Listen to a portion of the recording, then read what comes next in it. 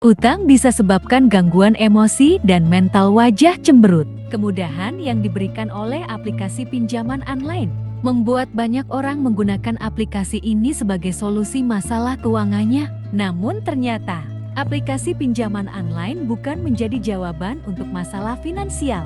Justru menjadi jebakan setan yang membuat peminjamnya mengidap gangguan emosi dan mental. Salah satunya adalah dengan mengirim tagihan secara massal kepada rekan-rekan. Bahkan menghubungi kantor tempat si peminjam bekerja dan menagih utang kepada atasan si peminjam. Tindakan-tindakan ekstrem seperti ini disinyalir dilakukan sebagai upaya supaya utang cepat dibayarkan dengan mempermainkan emosi dan mental si peminjam. Untuk seseorang yang tidak memiliki ketahanan emosi dan mental bisa sampai terpuruk, putus asa. Utang bisa sebabkan gangguan emosi dan mental. Kemudahan yang diberikan oleh aplikasi pinjaman online membuat banyak orang menggunakan aplikasi ini sebagai solusi masalah keuangannya. Namun ternyata, aplikasi pinjaman online bukan menjadi jawaban untuk masalah finansial. Justru menjadi jebakan setan yang membuat peminjamnya mengidap gangguan emosi dan mental.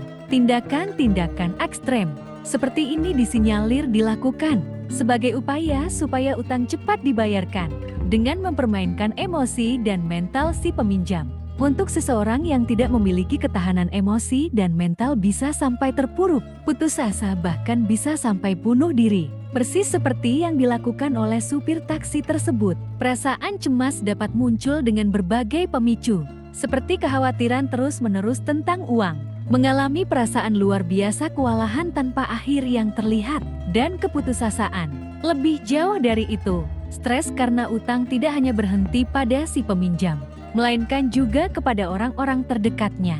Si pelaku peminjaman bisa menjadi sakit hati kepada orang-orang terdekat karena dianggap tidak bisa membantunya. Utang bisa membuat seseorang saling menyalahkan satu sama lain, bahkan bisa sampai merusak kepercayaan dan kualitas hidup seseorang. Ketika sudah dalam tahap yang gawat, maka orang yang mengalami utang akan melakukan penyangkalan dan menganggap utang tersebut tidak ada, yang justru membuat bunga semakin tinggi dan mencekik. Inilah yang bisa memicu gangguan emosi dan mental. Lebih dalam lagi kepada yang bersangkutan, jumlah utang yang tinggi dikaitkan dengan tingkat stres dan depresi yang dari waktu ke waktu menemukan bahwa laki-laki dan perempuan dengan perilaku kredit memiliki risiko lebih tinggi mengalami gejala depresi. Tindakan-tindakan ekstrem seperti ini disinyalir dilakukan sebagai upaya supaya utang cepat dibayarkan dengan mempermainkan emosi dan mental si peminjam.